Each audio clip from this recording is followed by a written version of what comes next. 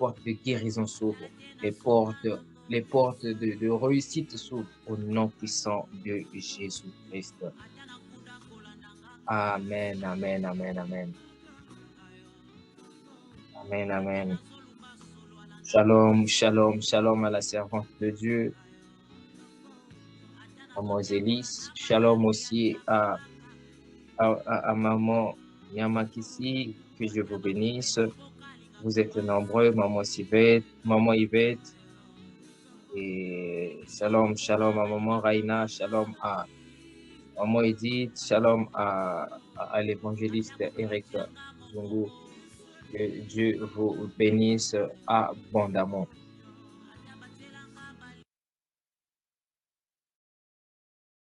Alors, bien-aimés, nous allons entrer dans notre moment de partage Bienvenue dans la féerie chez partage de la parole de Dieu. Pendant quelques minutes, nous allons manger la parole de Dieu, de sorte que cette parole nous fasse du bien, cette parole nous emmène dans ce qui est de Dieu.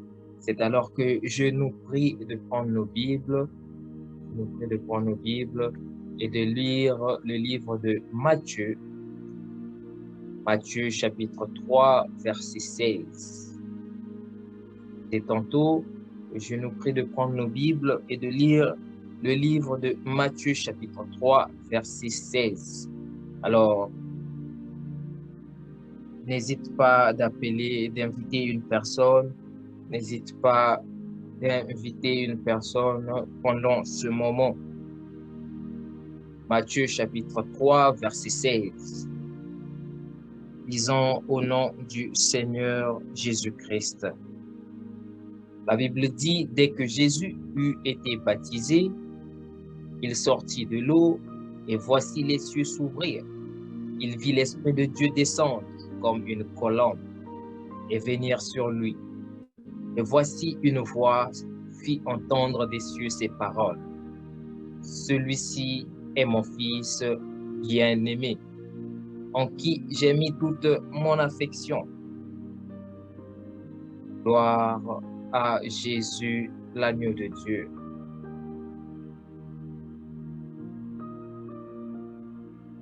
Gloire.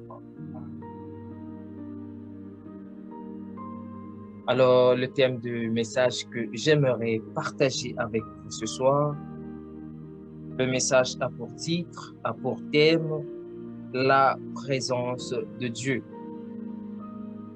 La présence de Dieu. Autour de ce message, bien aimé, que j'aimerais sensibiliser une personne à certaines choses que nous avons abandonnées, qui sont devenues pour nous comme des habitudes, et à une chose très importante que nous avons abandonnée, que nous avons cessé de pratiquer, de chercher constamment, que nous avons aussi pris pour un acquis, et pour cette raison que nous ne la cherchons plus. Et cette chose n'est autre que la présence de Dieu. La présence de Dieu. Alors la Bible, nous avons lu dans Matthieu chapitre 3, verset 16 jusqu'au verset 17, qui n'est autre que l'histoire de Jésus. Nous allons partir de l'histoire de Jésus pour illustrer ce que c'est réellement la présence de Dieu, ce que c'est réellement la présence véritable de notre Seigneur, l'impact de cette présence dans la vie d'un homme et aussi l'influence que celle-ci peut avoir. Avant de venir dans Matthieu chapitre 3, verset 16, avant d'en arriver là, la Bible nous dit que Jésus était le fils de Marie. Alors qu'il naquit sous l'infusion du Saint-Esprit, sous la promesse de Dieu, Jésus est né comme toute autre personne. Il est né d'une femme. Jésus a grandi comme tout enfant.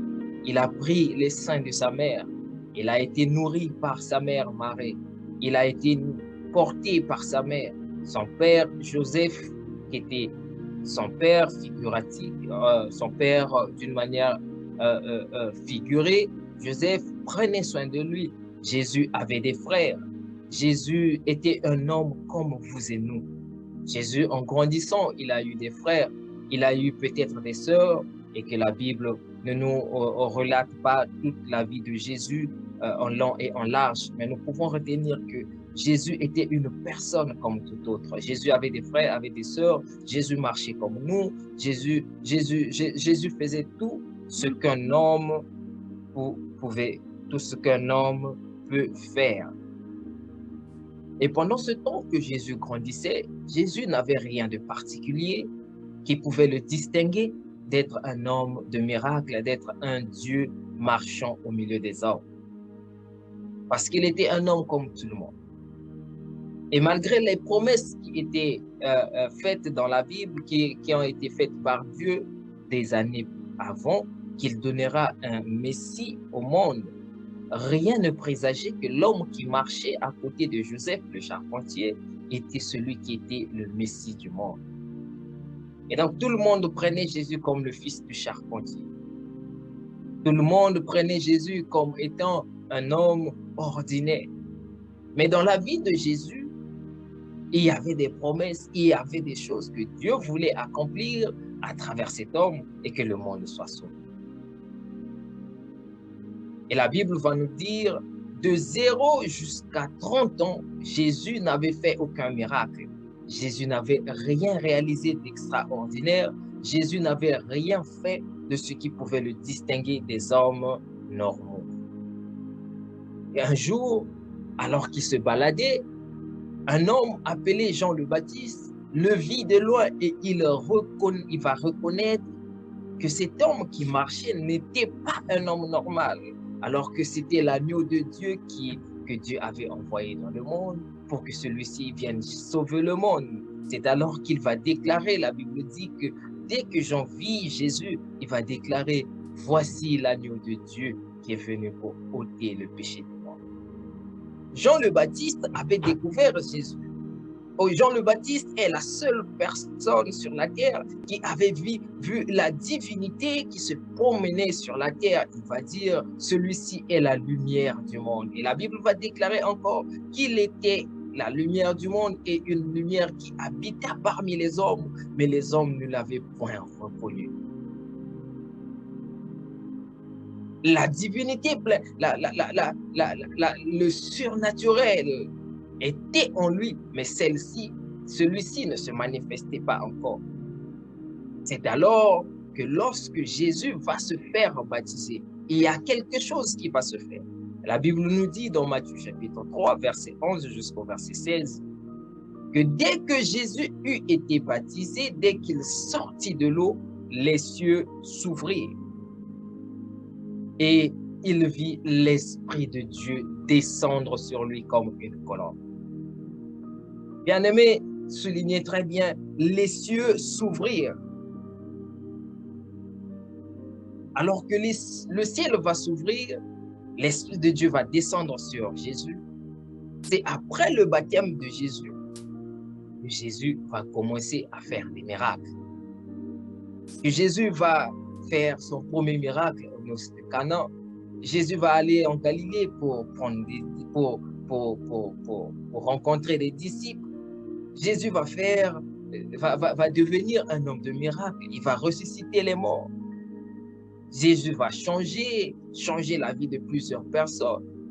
Et la Bible nous dit qu'à l'instant même après s'être fait baptiser, la vie de Jésus avait complètement changé. Jésus n'était plus devenu un homme normal.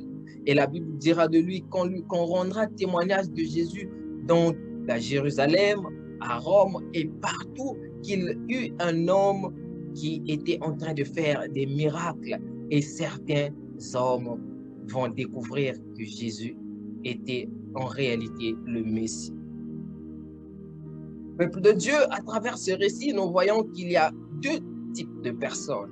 Il y a cette personne qui était normale avant le baptême et cette personne qui va devenir, cette personne qui va qui va devenir un homme surnaturel, un homme qui va manifester la puissance de Dieu, un homme qui va manifester l'Esprit de Dieu, un homme qui va manifester la grandeur de Dieu, un homme qui va manifester le surnaturel et qui va faire bouger le monde.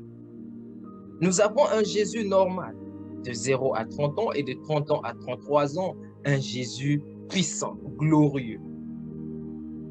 Et quelque chose, bien-aimé, va changer la vie de Jésus. Pourquoi de 0 jusqu'à 30 ans, Jésus n'avait pas fait un miracle?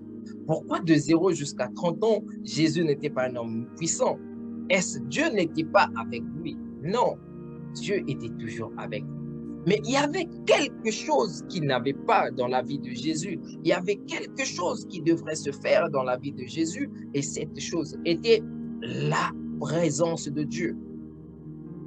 Il avait fallu qu'avant toute manifestation du surnaturel dans la vie de Jésus, il fallait que Jésus reçoive d'abord son baptême. Il fallait que Jésus reçoive d'abord le baptême et ensuite de cela, que la présence de Dieu va remplir sa vie. La Bible dit que les cieux s'ouvrirent et l'Esprit de Dieu descendit comme une colombe sur Jésus. Ce n'était pas anodin, bien-aimé. L'Esprit de Dieu qui était descendu sur Jésus est le symbole de la présence de Dieu qui était descendu et qui avait embrasé l'homme Jésus. Et c'est à travers la présence de Dieu que la vie de Jésus, à travers la colombe qui est descendue sur lui, que la vie de Jésus va devenir une vie surnaturelle. Quelqu'un va dire, on parle de la présence de Dieu, mais qu'est-ce donc la présence de Dieu? La présence de Dieu n'est autre que l'ensemble. La présence de Dieu n'est autre que l'influence de l'Esprit de Dieu sur un homme. L'influence, la possession de l'Esprit de Dieu sur un homme. La présence de Dieu, c'est lorsque l'Esprit de Dieu remplit une personne, remplit un être humain. Et les conséquences de cette présence, les conséquences de l'Esprit de Dieu qui remplit l'homme, finit par manifester le surnaturel.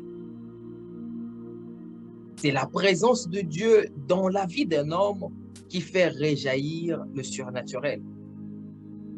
C'est la présence de Dieu dans la vie d'un être humain qui change complètement le cours de la vie d'un homme. Nous avons vu Jésus. Jésus était un homme normal. Mais quand la colombe va descendre dans sa vie, quand la colombe, le ciel va s'ouvrir, Jésus va devenir un homme extraordinaire. La présence de Dieu. Bien-aimé, à travers ce message, j'aimerais appeler une personne. J'aimerais appeler un homme, j'aimerais appeler une servante de Dieu, un serviteur de Dieu, une fille de Dieu, de prendre conscience de ce que c'est réellement la présence de Dieu. Lorsque la présence de Dieu, lorsque un homme manifeste la présence de Dieu, la vie de cet homme n'est plus comparable à une vie normale. Le surnaturel remplit notre vie. La puissance de Dieu devient notre quotidien. Le pouvoir de Dieu devient quelque chose de maniable dans notre vie. Et Jésus a manifesté sa présence, mais Jésus a vécu, a manifesté plusieurs signes, plusieurs miracles, parce que Jésus habitait dans la présence de Dieu. Et la présence de Dieu peut se manifester sous plusieurs formes. La présence de Dieu peut se manifester dans un homme. La présence de Dieu peut se manifester dans un endroit. La présence de Dieu peut se manifester sur un objet. Et la présence de Dieu, lorsqu'elle nous remplit, bien-aimés, nous devenons des instruments que Dieu utilise pour sa gloire. Alors, comme je l'ai dit, qu'il arrive que la présence de Dieu peut remplir quelque chose, un endroit.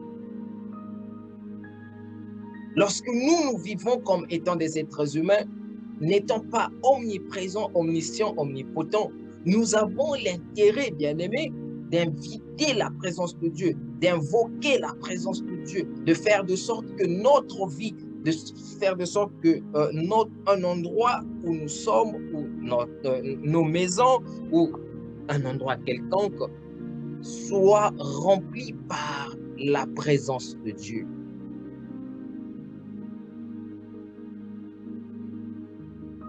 Nos maisons, par exemple, dans nos maisons, il doit y avoir la présence de Dieu. La Bible nous dit dans Chroniques, dans 2 Chroniques, chapitre 7, verset 1, après que Salomon eut achevé de consacrer le temple, la présence de Dieu remplit le temple de sorte qu'aucun sacrificateur ne pouvait rester dans le temple. Ce verset nous montre une fois de plus combien la présence de Dieu peut remplir nos maisons. Combien la présence de Dieu peut remplir un endroit, peut remplir, peut abonder, peut être manifeste. Et dans nos maisons, très souvent, le peuple de Dieu oublie que la chose qu'il faut d'abord faire, qu'il faut rechercher, c'est rechercher la présence de Dieu dans notre maison. Là où tu habites. Dans ta maison doit être un endroit où la présence de Dieu est manifeste. La présence de Dieu est abondante. C'est alors que tu seras préservé de certaines attaques démoniaques, de certaines présences des sorciers, des personnes méchantes. C'est dans la présence de Dieu. C'est la présence de Dieu dans ta maison qui fera de sorte que certains malheurs ne t'arrivent pas, certaines maladies ne t'atteignent pas. Est-ce que dans ta maison, il y a la présence de Dieu? Vous savez, lorsque nous arrivons quelque part, certains endroits, lorsque nous arrivons, il arrive des choses que nous ne comprenons pas. Tu arrives quelque part, mais tu ne te sens pas à l'aise. Quelquefois, tu vas te dire, mais je sens, mon esprit n'est pas à l'aise avec cet endroit. Mon esprit n'est pas en communion. Je me sens mal. Et pourtant, l'endroit est joli, mais moi-même, je me sens mal. C'est la présence de l'esprit qui règne dans cet endroit. La présence de l'esprit qui règne à cet endroit qui fait à ce que tu te sentes pas bien. Et c'est la même chose aussi dans ta maison. Si il y a la présence de Dieu, l'ennemi qui viendra pour te faire du mal, l'ennemi qui quittera loin pour venir vouloir détruire ta vie, détruire tes biens, ne pourra pas parce que dans ta maison, la présence de Dieu est abondante. Tu habites dans une maison où la présence de Dieu n'y est pas. Alors que la Bible dit que Salomon avait consacré le temple et la présence de Dieu avait rempli le temple. Quand la présence de Dieu remplit une maison, est abondante dans une maison, et dans cette maison, les enfants qui naîtront dans cette maison seront bénis. Non, tu ne peux pas élever tes enfants dans une maison où la présence de Dieu est abondante et que ces enfants se retrouvent dans la rue, se retrouvent soit des voyous, se retrouvent dans des groupes des malfaiteurs ou encore dans des groupes de petits bandits. Non. La présence de Dieu protégera tes enfants. Alors tu dois tout le temps implorer la présence de Dieu dans ta maison. Tu dois tout le temps chercher à comprendre, chercher à ressentir, chercher à vivre avec la présence de Dieu dans ta maison. Dans ta voiture, bien-aimé, est-ce que la présence de Dieu est abondante dans ta voiture? Tu roules dans une voiture où il n'y a pas Dieu. Oui, Dieu habite en nous. Mais la puissance de Dieu peut s'extendre dans nos maisons, dans nos voitures, au lieu de travail. La puissance de Dieu peut s'extendre. La présence de Dieu peut se manifester dans ces lieux, dans ces endroits.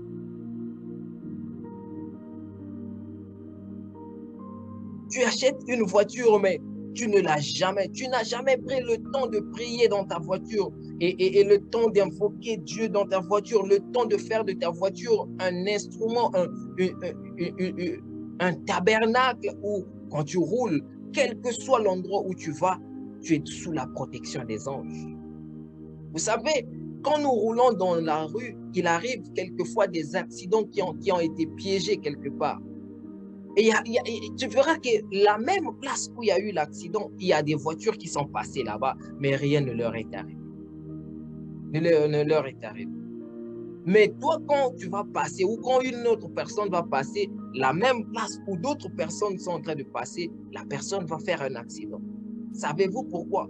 Parce qu'il y a des personnes qui ont protégé leur voiture auprès des féticheurs. Il y a des personnes qui ont protégé leur voiture auprès de leur petit Dieu. Mais les chrétiens ne savent pas invoquer la présence de Dieu dans leurs instruments de travail, dans leur voiture. Tu vas prendre quelqu'un, tu vas mettre faire rentrer une personne dans ta voiture. Une personne que tu ne connais pas et même que tu connais, peut-être qui a des mauvaises pratiques et qui peut laisser un mauvais esprit dans ta voiture sans que tu le saches. Mais si au préalable, ta voiture était un instrument dans lequel la présence de Dieu était abondante, tout sera nul et sans effet. Nul et sans effet. Je connais un homme de Dieu. Cet homme de Dieu, il y avait un jour, il va prendre des frères alors qu'il se baladait.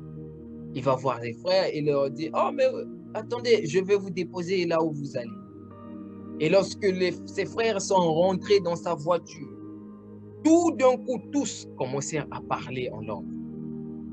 Ils parlaient en langue dès qu'ils sont rentrés dans la voiture. Pourquoi? Parce que la présence de Dieu était remplie. La voiture de l'homme de Dieu était un instrument point. Est-ce que toi, dans ta voiture, quand les autres rentrent, quand les personnes rentrent dans ta voiture, ils te disent que je sens dans ta voiture une présence différente des autres voitures?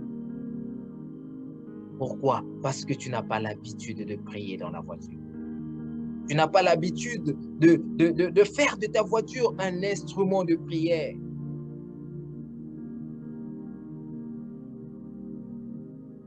Chez toi, à la maison, il n'y a pas la présence de Dieu. Et c'est pourquoi les maladies t'atteignent facilement. Dès qu'on te jette un petit sort, ce sort t'atteint.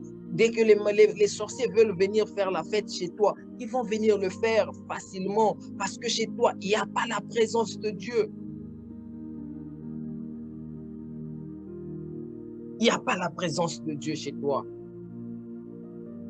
Un jour, bien-aimé, je lisais les actes des apôtres. Alors je suis tombé dans le récit de la chambre haute où tous furent remplis du Saint-Esprit et la présence de Dieu était abondante. Alors j'ai dit à Dieu, Seigneur, j'aimerais vivre cette chose. Moi aussi, je veux que ma chambre, ma maison soit remplie de ta présence, de sorte que lorsque je viendrai rentrer dans ma chambre, que je ressente, que je vive dans ta présence. Alors j'avais pris 3 jours de jeûne. J'avais pris 3 jours de jeûne. Je priais à Dieu, je jeûnais, je priais, je disais, Seigneur, remplis ma maison. Seigneur, remplis ma maison. Je veux ta présence, je veux ta force, je veux que tu sois abondante dans ma maison. Je te veux, Seigneur, ici dans cette maison, que ta présence soit abondante. Alors que je priais, j'ai prié. 3e jour de jeûne, rien ne se manifestait. Je ne sentais absolument rien. J'ai dit, ah Seigneur, j'ai prié, mais qu'est-ce qui n'a pas marché? Pourquoi je n'ai pas dû? Seigneur, pourquoi n'as-tu pas exaucé ma prière? Alors, après mon jeûne, je me suis mis à vaquer à mes occupations. C'est alors qu'une personne va venir me voir. Ma femme va venir me voir. Elle arrive chez moi. Et elle me demande, est-ce que je peux emprunter ton chargeur? Je dis, oui, va le prendre, il est là-bas. Je le vois, il est là-bas, va le prendre dans ma chambre. et qu'elle rentre dans ma chambre. Elle sort en courant pour me dire non, non, non, non. J'ai été dans ta chambre, j'ai pas pu résister pendant longtemps parce que la présence de Dieu était tellement forte. J'ai commencé à parler en langue dans ta chambre. Oh, il y a tellement la présence de Dieu dans ta chambre. Et moi qui passais des temps et des temps dans ma chambre, je me suis dit, ah bon? Il y a la présence de Dieu. Mais je viens de terminer mon jeûne maintenant. Je n'ai rien senti, je n'ai rien vu. Oh, la présence de Dieu est abondante dans ma chambre. Waouh, Dieu a exaucé ma prière. Est-ce que cela t'arrive aussi, toi?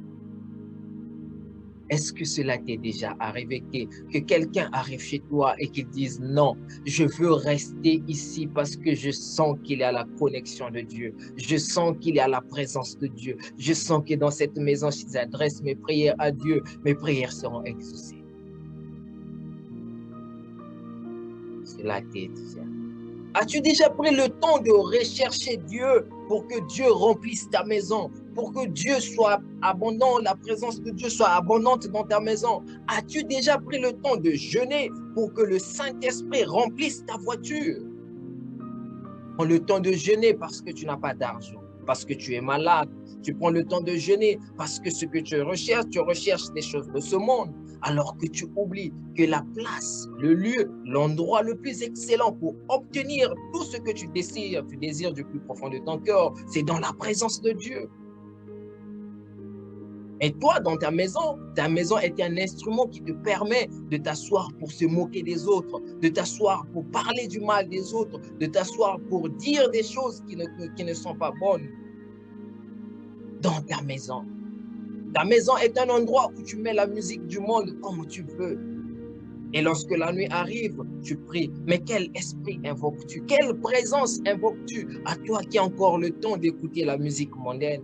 À toi qui as encore le temps de dire, oui, on prie, mais Dieu, mais ceci, c'est là. Non, il n'y a pas de compromis. Soit c'est la présence de Dieu qui va régner chez toi, ou soit c'est la présence de l'ennemi.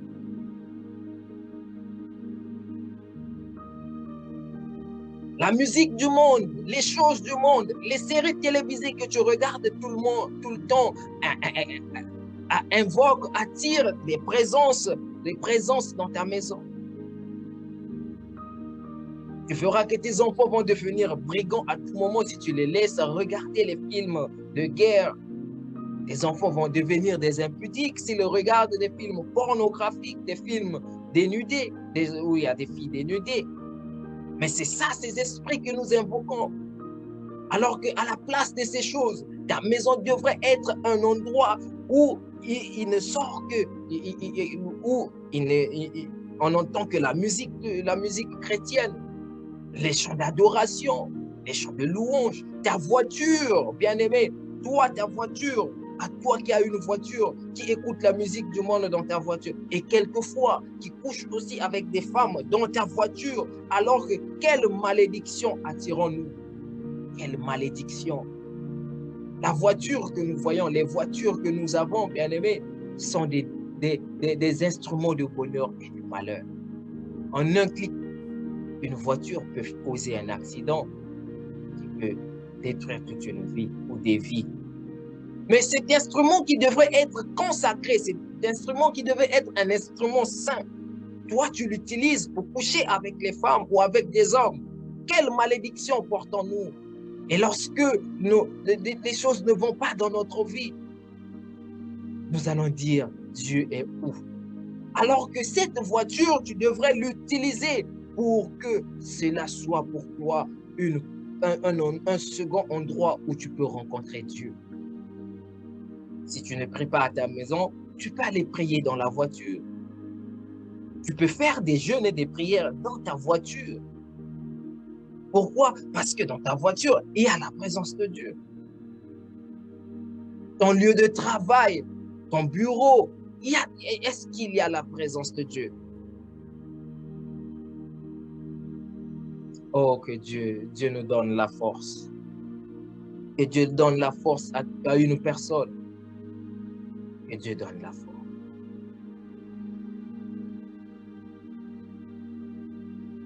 Et la présence de Dieu Je venais de dire que c'est l'influence de l'Esprit de Dieu. C'est lorsque l'Esprit de Dieu prend possession d'un endroit ou d'un homme. J'ai dit que la présence de Dieu peut se manifester dans un endroit comme une maison, un lieu de travail, une voiture ou un endroit quelconque. Et l'autre place où la présence de Dieu est manifeste, c'est dans l'homme. C'est dans l'homme. L'autre endroit où la présence de Dieu est manifeste, c'est dans l'homme. Dans ta vie à toi, la présence de Dieu devrait être manifeste pour que ta vie change. Pour que ta vie ne soit plus celle qu'elle était hier. Pour que tu sois un homme de puissance. La Bible déclare, ne savez-vous pas que votre corps est le temple du Saint-Esprit?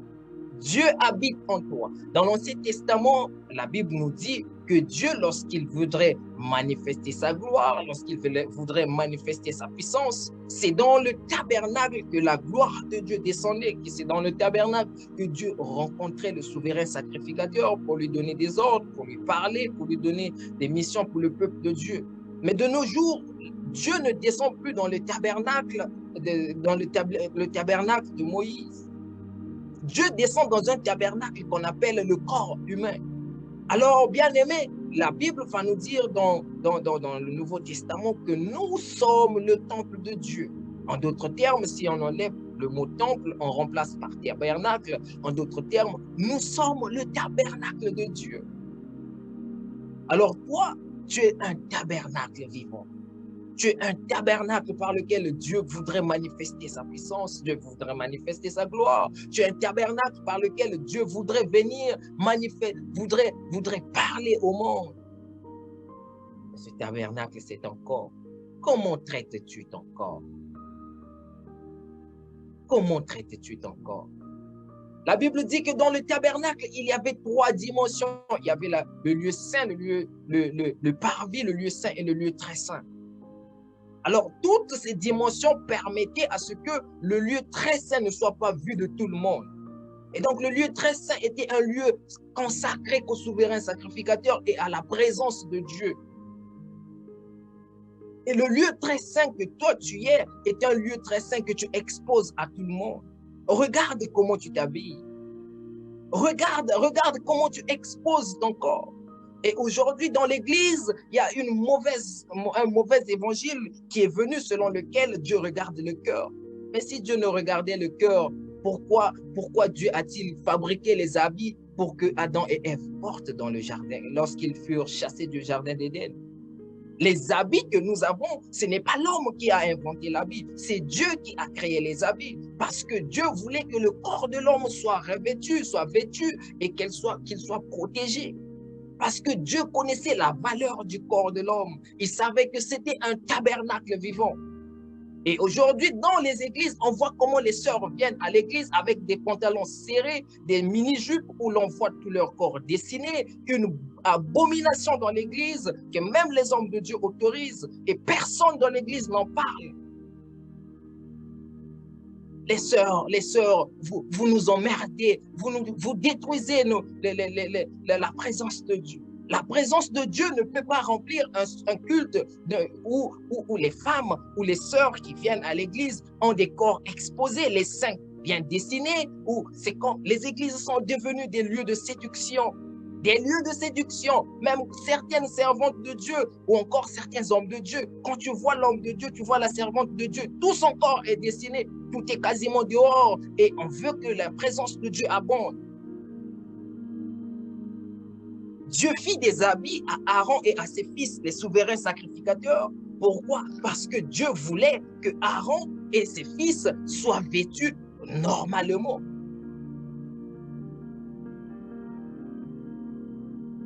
Soient vêtus normalement. Et nous ne voulons pas nous vêtir normalement. Nous voulons juste que la présence de Dieu vienne. Il n'y aura pas de présence de Dieu dans la vie ou dans une assemblée aussi longtemps que le peuple de Dieu a perdu la notion de la sanctification. Oui, aujourd'hui, quand on parle de la sanctification, c'est devenu quelque chose où on laisse aux gens très, très saints. alors que tout le monde est appelé de vivre dans la sanctification parce que nous sommes des tabernacles vivants qui apportent, qui portent la présence de Dieu en nous. Nous salissons la présence de Dieu, nous polluons la présence de Dieu, nous détruisons la présence de Dieu dans nos vies par notre façon d'être. Il y a des sœurs dans l'église, tu vas voir, avec des piercings. Tu vas voir avec 4, 3, 5 boucles d'oreilles. On va dire non, ça c'est là, ne touchez pas à ça, c'est normal, vous savez, il y a des raisons. Alors que Dieu ne t'a pas créé pour que tu aies 5, 6, 10 boucles d'oreilles. Dieu ne t'a pas créé pour que tu utilises ton nez comme étant un symbole pour mettre les piercings. Les piercings que nous voyons dans l'Ancien Testament étaient le symbole d'une personne qui est esclave quelque part. Et les pasteurs n'en parlent pas. Les hommes de Dieu n'en parlent pas. On n'en parle plus. Tout ce que nous voulons met l'offrande, tout ce que nous voulons vient à l'église. On veut maintenant que des temples qui sont remplis des hommes, que des temples qui sont remplis des enfants de Dieu qui pratiquent réellement la parole de Dieu. Il suffit que le temple soit rempli, l'homme de Dieu est content. Le peuple de Dieu est content. Dans notre église, il y a beaucoup de gens. Je vais là-bas parce que dans cette communauté, il y a beaucoup de fidèles. On ne va plus dans des communautés où il y a la présence de Dieu. Nous avons oublié que la chose la plus importante dans une communauté, c'est la présence de Dieu. Car la Bible elle-même, elle déclare, là où vous êtes assemblés, deux ou plusieurs, ma présence, je suis avec vous. Qu'est-ce qui est avec vous? Je suis au milieu de vous. C'est la présence de Dieu qui est au milieu de nous. Car Dieu, on ne le voit pas physiquement, mais sa présence est au milieu de nous. Et si nous ne savons pas nous comporter devant Dieu, si nous ne nous comportons pas comme il se faut, la présence de Dieu n'est pas. C'est pourquoi vous irez dans d'autres églises, bien-aimés, il n'y a pas Dieu. Il n'y a pas Dieu dans d'autres communautés. Vous irez dans certains endroits, certaines assemblées, il n'y a pas Dieu. Je prie que Dieu t'ouvre les yeux. Là où tu pries, dans ton église, que tu aies des yeux ouverts pour savoir est-ce qu'il y a réellement la présence de Dieu.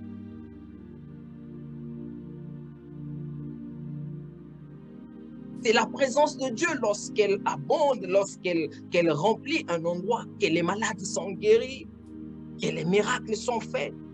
La Bible dit que les disciples étaient des hommes d'une même nature que nous.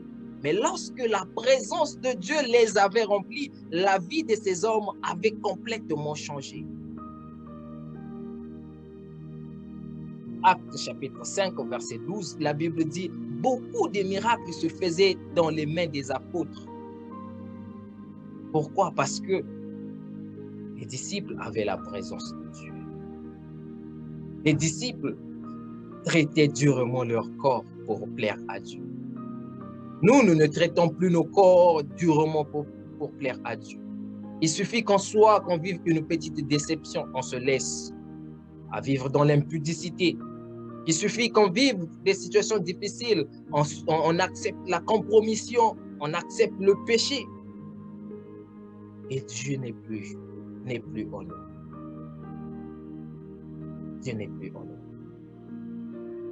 La présence de Dieu est différente de la présence du Saint-Esprit, bien-aimé. Il y en a qui vivent qui n'ont pas le Saint-Esprit, qui vivent certaines manifestations, qui se disent être remplis du Saint-Esprit, mais qui ne vivent pas dans la présence de Dieu. Or, la présence de Dieu, c'est dans la présence de Dieu que l'on se remplit du Saint-Esprit. C'est dans la présence de Dieu que l'on obtient la miséricorde, la guérison, l'on obtient tout ce dont on veut. Et la présence de Dieu change tout. La présence de Dieu change. La Bible nous dit dans Genèse 3, verset 5, Moïse sur le mont Horeb, après avoir vu le buisson ardent, il voulut s'approcher. Et Dieu va dire à Moïse, ne t'approche pas de cet endroit. Parce que cet endroit, cette terre est une terre sainte. Le mont Horeb, là où était le buisson ardent, devint une terre sainte. Il y a quelque chose, bien-aimé. Le jour que Moïse marchait sur le mont Horeb, cet endroit n'était pas une terre sainte, mais c'est juste lorsque la présence de Dieu avait rempli l'endroit et que le buisson ardent il y eut un buisson ardent, que cet endroit va devenir une terre sainte. En d'autres mots, bien-aimés, c'est la présence de Dieu qui avait rendu la terre, le mont Horeb, cet endroit, une terre sainte. Ce n'était pas Moïse qui avait rendu, mais c'était la présence de Dieu qui avait rendu la terre, le mont Horeb, qu'il soit une terre sainte. Et lorsque la présence de Dieu était partie, lorsque Moïse a fini de parler avec Dieu, la présence de Dieu fut dissipée, cet endroit est redevenu un endroit normal. Je vais dire à quelqu'un, si tu habites dans la présence de Dieu, la présence de Dieu va transformer ta vie. La présence de Dieu va te donner une vie surnaturelle. Les miracles se feront dans ta vie. Tu guériras les malades. Les dons spirituels t'accompagneront, à condition que tu vives dans la présence de Dieu. Cela t'est-il déjà arrivé d'expérimenter la présence de Dieu personnellement? Je ne parle pas d'ici des ressentis. Il y a des hommes quelquefois qui, lorsque leurs émotions les touchent, ils sentent des frissons et tout, ils disent c'est la présence de Dieu. Je parle d'une présence véritable. Ou lorsque tu rentres dans ta voiture, chaque fois que tu rentres dans ta voiture, tu as envie de prier. En fait, ta voiture est un endroit où tu vas te ressourcer de la force de Dieu, de la présence de Dieu, de l'envie de Dieu. Quand tu es dehors et que tu rentres dans ta maison, tu ressens la force surnaturelle qui te donne envie de prier, envie de louer, de jeûner. As-tu déjà expérimenté la présence de Dieu? Pas celle que l'on te prêche juste, pas des histoires qu'on te raconte, mais de toi-même où tu as eu à expérimenter cette présence. Alors, je vais parler à une personne, je tends vers la fin. Lorsque nous vivons dans la présence de Dieu, nous vivons 4 types de manifestations. Lorsque un homme vit dans la présence de Dieu, il y a 4 types de manifestations que nous sommes emmenés à vivre. La première manifestation est la gloire de Dieu. La gloire de Dieu. La gloire de Dieu remplit la vie d'une personne. Lorsque je parle de la gloire de Dieu, ici, je parle du surnaturel. Un homme normal qui va devenir un homme surnaturel. La Bible dit que Élie était un homme de même nature que nous. Mais Élie vivait dans la présence de Dieu à tel point que la présence de Dieu permit à Élie d'invoquer le feu et le feu tomba du ciel. C'était la présence de Dieu. Nous avons lu Matthieu chapitre 3, verset 16. Jésus, avant que le ciel s'ouvre et que la présence de Dieu descende dans sa vie, Jésus était un homme normal. Mais quand il s'est fait baptiser et que la présence de Dieu est devenue dans sa vie, la gloire de Dieu s'est fait voir. Le surnaturel. Il guérissait les malades. Il ressuscitait les morts. Et la présence de Dieu, bien-aimé, il n'y a pas une personne qui a vécu dans la présence de Dieu et qui n'a pas manifesté la gloire de Dieu. Tu dois manifester la gloire de Dieu. Si tu n'es pas encore arrivé à la dimension où tu pries pour un malade et le malade guérit, tu dois te poser la question, suis-je vraiment dans la présence de Dieu? Parce que tous ceux qui vivent dans la présence de Dieu voient la manifestation de la gloire de Dieu. La deuxième des choses qu'on doit reconnaître, qui nous permet de reconnaître si nous vivons dans la présence de Dieu, c'est l'exaucement de nos prières. Lorsque tu vis dans la présence de Dieu, tes prières seront exaucées. Tu sais quoi? Il y a des sujets pour lesquels tu jeûnes. Il y a des sujets pour lesquels tu as prié depuis longtemps, depuis des années que tu pries. J'aimerais te donner un secret. cherche à habiter dans la présence de Dieu. Cherche à vivre dans la présence de Dieu. Oh, oh, oh, oh, oh. Lorsque tu vis dans la présence de Dieu, tout ce que tu demandes à Dieu, Dieu exauce tes prières. S'il ne veut pas le faire maintenant, il te dira, ma fille, je le ferai demain. Je le ferai, calme-toi. Ma fille, tu verras la main, tu verras ma présence. Ma fille, pour ce sujet, ne t'inquiète pas. Nous prions, nous jeûnons, sans entendre sans même que nos prières soient exaucées. Pourquoi? Parce que nous prions et nous jeûnons en dehors de la présence de Dieu. L'exaucement de nos prières. La première des choses, j'ai dit, qui va te permettre de reconnaître si la présence de Dieu, si tu vis dans la présence de Dieu, la première des choses, j'ai dit, c'est la gloire de Dieu. La deuxième des choses, c'est l'exaucement de tes prières. La troisième des choses, c'est la voix de Dieu. La voix de Dieu. Lorsque tu vis dans la présence de Dieu, Dieu va te parler à tout moment. Les anges vont te parler à tout moment. Le Saint-Esprit va te parler à tout moment. La Bible dit qu'à tout moment que Jésus priait, le Père lui répondait. La voix de Dieu se faisait entendre dans sa vie. À quand remonte la dernière fois que tu as entendu la voix de Dieu?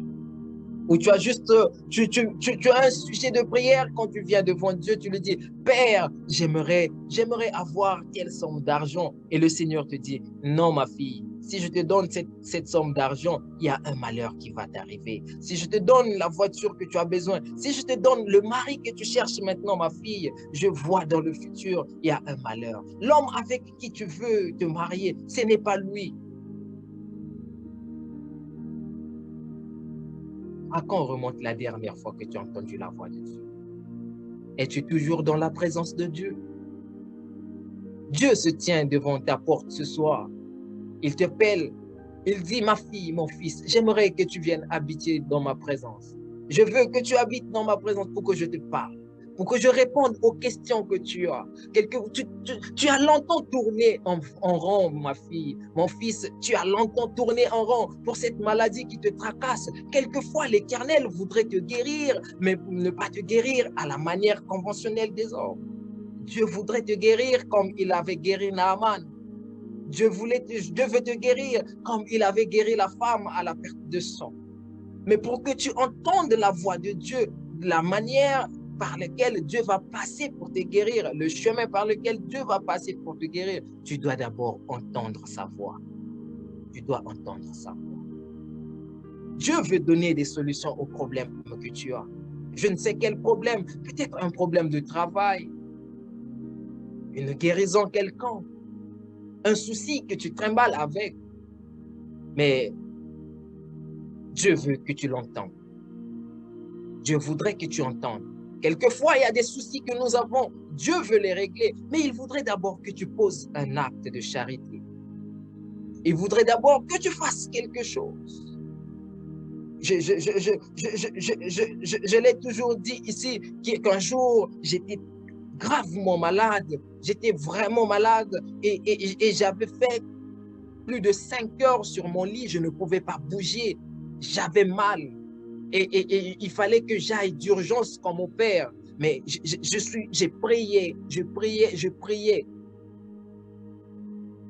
Bien-aimé, j'ai fait toutes sortes de prières.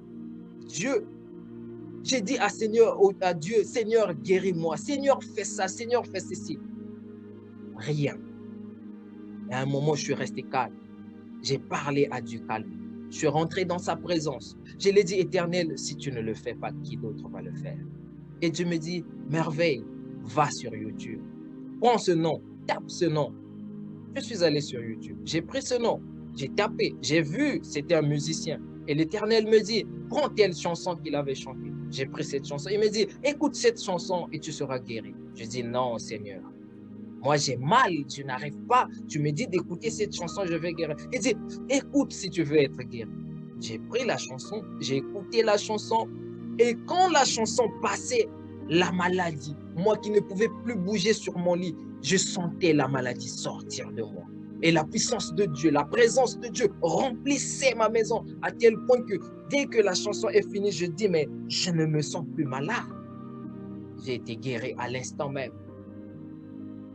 Bien-aimé, la chose qui m'avait guéri, ce n'était pas ma prière, mais c'est parce que j'avais entendu la voix de Dieu.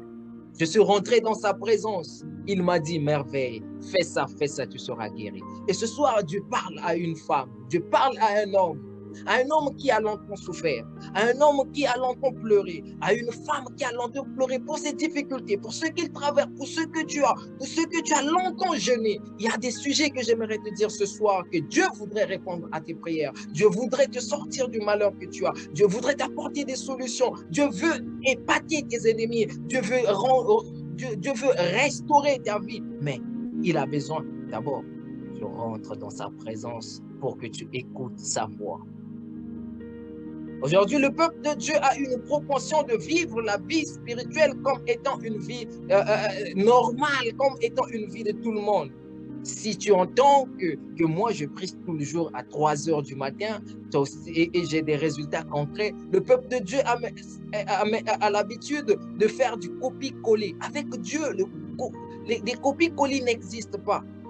Dieu veut agir différemment avec toi. La manière dont il avait agi avec Moïse n'est pas la même façon qu'il agit avec Josué. La manière dont il avait parlé à Moïse sur le mont Horeb n'est pas la même façon qu'il parlait à Daniel. Alors je vais te parler, bien-aimé. Tu as besoin d'expérimenter la présence de Dieu pour que Dieu te révèle des secrets, pour que Dieu te dise, ma fille, mon fils, pour ce problème, tu as juste besoin d'adorer pour ce problème. Tu as juste besoin de te lever chaque matin et de faire telle prière. Et toutes ces choses, pour que tu entendes la voix de Dieu, pour que tes prières soient exaucées, pour que la gloire de Dieu soit manifeste dans ta vie, il faut que tu vives dans la présence.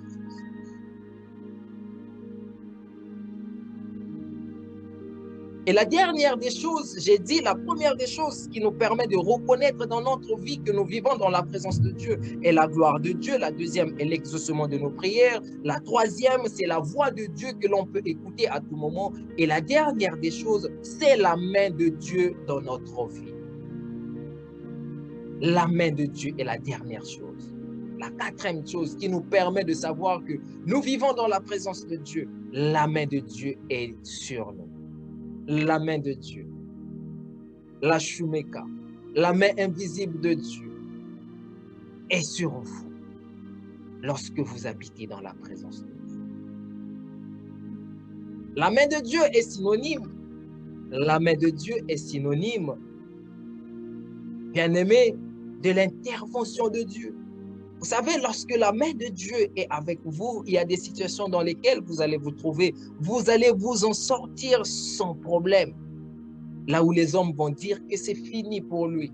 Là où les hommes vont dire qu'il n'y a plus d'espoir. Étant donné que la main de Dieu sera dans votre vie, vous verrez les miracles se opérer parce que la gloire et la présence de Dieu est en vous et avec vous. Daniel dans la fosse, il était tombé. On l'a jeté dans la fosse. Les gens avaient dit que tout était fini pour Daniel. Mais la présence de Dieu, la main de Dieu était avec Daniel et cette main avait fermé la bouche, la gueule des lions. Je ne sais pas dans quelle fosse tu te trouves. Est-ce une fosse de maladie? Est-ce une fosse de difficultés liées aux finances, à l'enfantement, difficultés de couple? Est-ce que la main de Dieu est sur ta vie? Est-ce que la main de Dieu est sur toi? Alors, je termine mon message bien-aimé ce soir ici. J'aimerais te dire deux choses. La première des choses que j'aimerais te dire en terminant ce message, chaque fois que tu es épuisé, chaque fois que rien ne va dans ta vie, chaque fois que tu veux voir Dieu agir, cours vite dans la présence de Dieu. Recherche la présence de Dieu de la même façon que tu jeûnes, que tu pries, que tu pleures pour obtenir les choses de ce monde. Pleure, jeûne et prie de la même façon pour vivre dans la présence de Dieu. Chaque fois que je sors de la présence de Dieu, je me sens en insécurité parce que je sais que les sorciers peuvent m'atteindre. Je sais que mes ennemis peuvent m'atteindre. Je sais que ceux qui ne m'aiment pas peuvent me faire du mal. Et dans la présence de Dieu, je vis en sécurité. Car ce n'est pas moi qui vis, mais c'est Christ qui vit en ma place. Et les anges me protègent.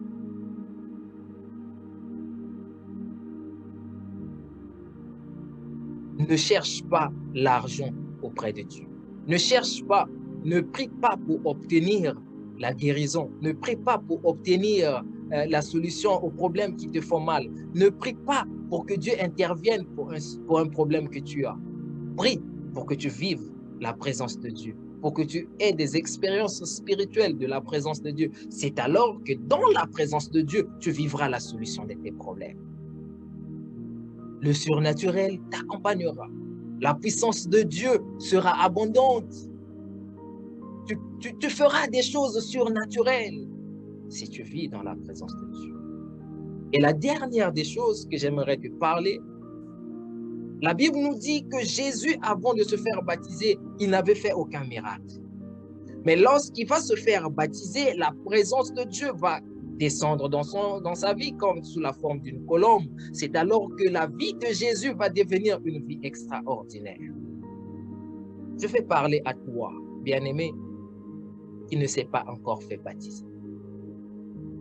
À toi qui n'a jamais eu le baptême, qui est enfant de Dieu, je t'invite à te baptiser. Qu'est-ce que tu attends pour te baptiser? Nous sommes une génération qui confesse Jésus comme Seigneur et Sauveur, mais qui abandonne l'importance du baptême, l'importance d'être baptisé. Nous ne voyons plus, ce n'est plus vraiment notre affaire. Le plus important, je crois en Jésus comme Seigneur et Sauveur, et bref. Vous savez, dans le baptême, il y a un mystère qui se passe. Lorsqu'on nous plonge dans l'eau, il y a un mystère qui se passe. Il y a des choses qui peuvent se faire dans votre vie que lorsque vous vous êtes déjà baptisé. Il y a des dimensions que vous pouvez atteindre avec le Seigneur que juste lorsque vous vous êtes déjà fait baptiser. Qu'est-ce que tu attends pour te faire baptiser? La présence de Dieu voudrait être manifeste en toi. La gloire de Dieu voudrait être manifeste en toi. Mais elle veut que tu te baptises aussi. À travers ce message, Dieu te laisse, t'ouvre une porte.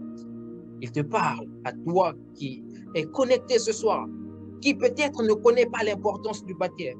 C'est le baptême qui avait changé la vie de Jésus. Si Jésus ne s'était pas fait baptiser, bien-aimé, ce jour-là, le ciel n'allait pas s'ouvrir pour que la présence de Dieu, l'Esprit de Dieu tombe sur nous.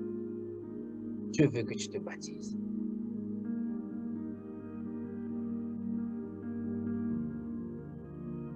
Dieu t'ouvre les portes. Dieu t'appelle au baptême. Oh, si tu es là et que tu aimerais te faire baptiser, j'aimerais que tu écrives dans le commentaire, je vais me faire baptiser. Nous allons te contacter. Si tu es en France, si tu es au Congo, nous allons vous contacter. Nous allons vous orienter là où vous devez vous faire baptiser. N'abandonne pas, ne néglige pas le baptême des eaux. Quand je parle du baptême, je parle de l'immersion dans l'eau. Je ne parle pas du baptême où l'on asperge quelques gouttes d'eau sur des gens. Non, ça, ce n'est pas un baptême. Vous savez, le symbole du baptême, le symbole des eaux, lorsqu'on nous plonge dans les eaux, c'est le symbole d'être rempli de la présence de Dieu. C'est aussi ce symbole qui nous permet, c'est un symbole d'être rempli de la présence de Dieu. Mais toi, on va asperger quelques gouttes sur ton visage et dire que tu es baptisé. Tu es rempli de la présence de quoi? La présence de Dieu. Dieu veut te remplir de la chevelure de la tête jusqu'à la plante de tes pieds. C'est pourquoi il veut que tu sois immergé dans l'eau.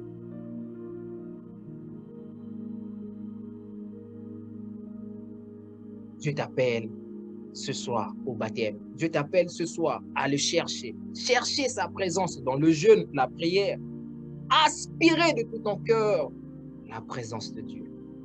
C'est alors que ta vie sera une vie différente des autres. Que Dieu te bénisse abondamment.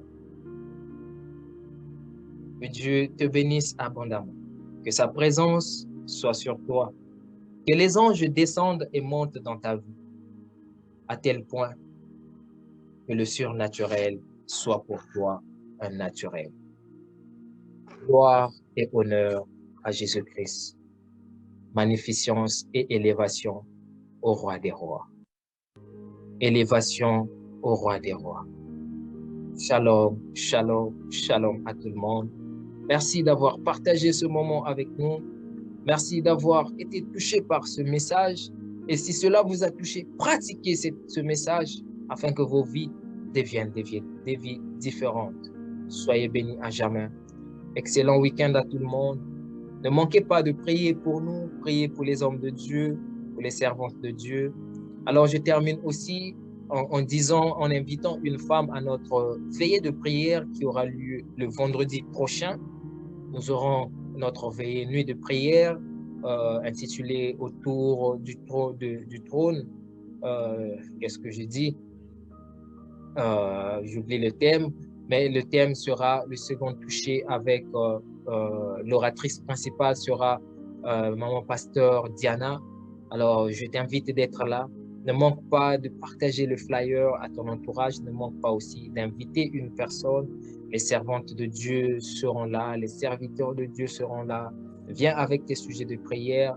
Viens être touché par Dieu et ne manque pas ce jour-là. Sois béni, sois béni, sois béni. Au nom de Jésus, amen, amen. Excellent week-end à tous. Que Dieu vous bénisse.